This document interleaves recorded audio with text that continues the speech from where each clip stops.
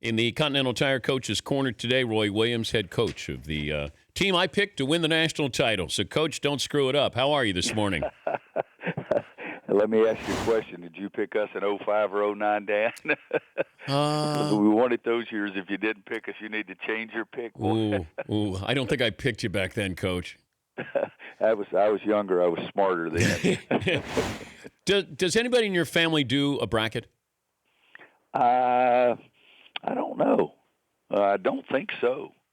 You know, there was a long time ago is how crazy college athletics is. Part of the reason that they listed anyway that Rick Neuheisel, I think it was lost his job for participating in one of the pools or something like that. I think, if I remember right, it was one of the pools for the NCAA tournament. So, he was at Washington and lost his job because of that. Yeah. How about this? My 77, I guess it was. I was a high school coach, and I put one together at my high school where I was coaching. And everybody pulled it out, including the principal and all these kind of things. And I got one team, and I didn't really like it, and the principal didn't like his team, so I traded with him. And so I got Tennessee, and I think that was Ernie Grunfeld and Bernard King, and I was so happy. My principal, the trade that I made for him, I gave him Marquette. And they won it all that year with they won it all. Butch Lee. Yeah. So that shows how much a basketball coach knows. Best player you ever coached against? Wow. Boy, I'd have to think about that because I've coached a long time. I know the first year at Kansas, it was Mookie Blaylock and Stacey King at Oklahoma. They were number one about half of the year that year. They were sensational. We lost the national championship game, last game I coached at Kansas to Carmelo Anthony. And he was a great, great player, even though Jerry McNamara is the guy that beat us that night because Jerry had 6 threes, I think it was, in the first half. Carmelo was great. Gosh, Dan, I'd have to think about that. I can't just throw you one name out there. I know I've coached against a lot of really good ones, though. How good a player were you? Not very good. I was a good high school player and, one of those all-conference kind of things. But I came here at North Carolina as a freshman, and we had 77 people try out for the freshman team, and 7 of them were either on scholarship or had agreements or whatever, because at that time I think you could even have 20 scholarships maybe in basketball, and I was not one of those. But 70 guys tried out for the other 8 positions, and I made that, but that was about the highlight. So you were the Rudy of college basketball. They would have done a movie about you.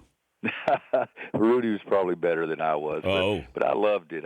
My big thing was to try every day to see if I could help make the other guys better. I understood my place, and I knew I wanted to coach, and so I paid just as much attention to that, and I tried to be in better shape than anybody else, and tried to be able to run longer than anybody else. But no, I wasn't very good. He's Roy Williams joining us, Continental Tire Coach's Corner. How many sport coats do you own? Wow. My freshman year in college, I bought my first suit that I'd ever owned in my life. So since then, I've added a few, but I do not still have that one. That one's gone by the way. When I was a freshman, I weighed 138, so I'm a little bit more than that right now. But I would have to say over 100. But you also look like you're on a short rotation in the NCAA tournament. These game sport coats, it looks like you got maybe 4. 2. Oh, 2. Oh. Well, let's put it this way. We lost in the ACC tournament, so that coat went out. So then in Greenville in the regionals, I wore one the first round and we won, and I wore another one in the second round and we won. In some way, and I really don't know how this happened, those same 2 ended up in my suitcase before we went to Memphis, and so I wore the same one that I wore in Greenville. I wore the first one in Memphis and the same one, the second one in Memphis. I don't really realize how that happened, but I know I've already packed today, and darn if the same 2 didn't show up in the bag again. Do you look at it? Feels like when you get to a certain age, people are asking that question of how much longer do you coach? Coach K gets it, and I don't know what a dream scenario is for you of how long you coach, and if you win a national title, does it make it easier or tougher to leave? Well, that's a thought that, as you say, people start talking about it more. It's the only reason I ever even think about it when I'm trying to answer their question, because I haven't thought in those terms. But my wife, she would have been thrilled if I'd have quit in '09 after we won our second one. She would have thought that would have been a great time because our health was good and has been, except for my knees last year were really tough. But I have not had that thought. I always said that. The last golf hole I played, I wanted to birdie the last one, and then if I would have walked off the green and dropped dead, that'd be a good way to go. And about 4 years ago, 5 years ago, I guess, I had the cancer scare. They thought I had kidney cancer, and for 24 days, and they went in and took a tumor off one kidney and had another one to take off the other one, but found out it was benign. No. And so then they did the biopsy. I have to catch myself and not say autopsy. They did the biopsy and on the other one, and it was benign also. But Dan, the funniest thing, the last round of golf I played before the surgery, I hit it up about 4 feet on the 18th hole. And I got over it, and I've never been so scared in my life for a 4-footer. I didn't know if I wanted to make it or not. You thought if you had the birdie, that's your last hole you're going to play. Yeah, that's right. So I shoved it right and missed the sucker. When did you adopt the coaching strategy of not calling a timeout at the end of a game? Gosh, it's the only one I've ever had. Coach Smith, when I was a student here, and I used to go to all the practices and watch the games after playing my freshman year, and because I didn't play anymore, I was working, but I saw them, and that was his philosophy, and at the end of games, that's what they did, and so then when I was a high school coach, that was my philosophy too, and then when I came back here as an assistant, head coach had even gotten more organized about it and came up with that idea if it's more than 6 seconds to push it, if it's less than 5 to call timeout.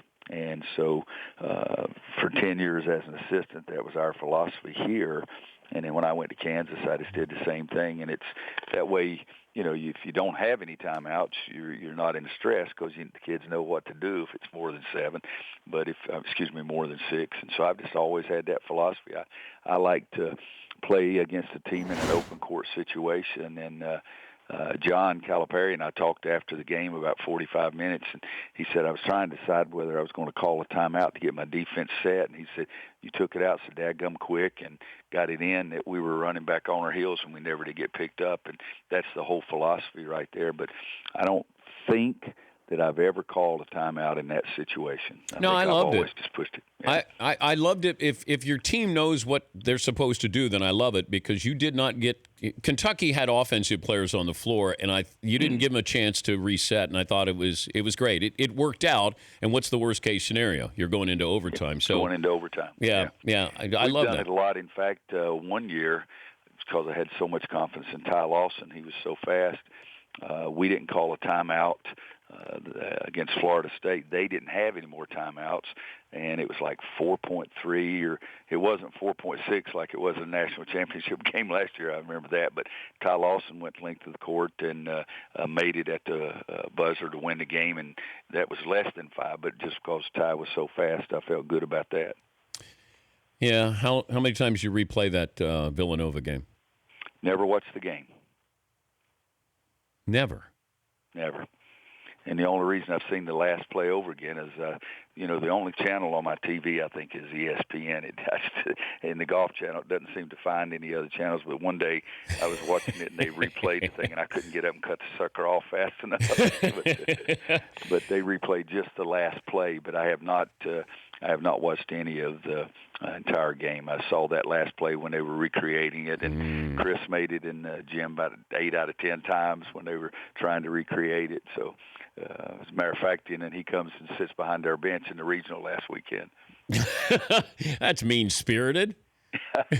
No, he's basically the brother to Nate Britt and lived with him for a long time. So he's a great young man, and I was happy for him, but I was really, really killed for my team, sad, and all those things, just destroyed for a long time. But it's what college basketball is. It's what any athletics Crazy. is. I mean, it's just crazy down there. You can have the weirdest play. I mean, I've never seen anything like the Super Bowl a couple of years ago when they had the interception on the last play. I've never seen anything like that. But there's a lot of weird things that go on, and you got to play until it's 0-0-0. Who's Oregon remind you of?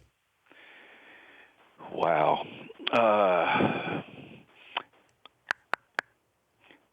We saw them in Maui. They were there with us, and they were struggling. They didn't have a couple of their players at that time. I think they won one and lost two out there. And then I see them play on TV in mid-January, and they reminded me of the Golden State Warriors, who they reminded me of at that time. But with Bell and Brooks and those guys going up and down, they're athletic. They play a tough defense.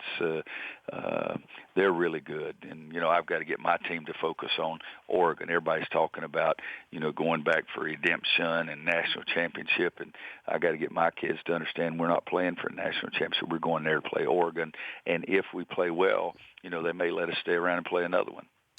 Well, Roy, good luck over the weekend. Always great to catch up with you. Thanks for joining us.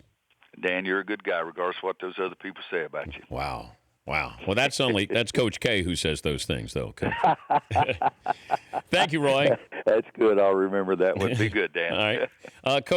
Continental Tire Coach's Corner brought to you by Continental Tire. Proud to be the exclusive tire of the Dan Patrick Show. No matter where you drive or what you drive, Continental designs tires for what you do. For more information, visit ContinentalTire.com. Continental Tire, for what you do. The Dan Patrick Show, weekday mornings on Audience.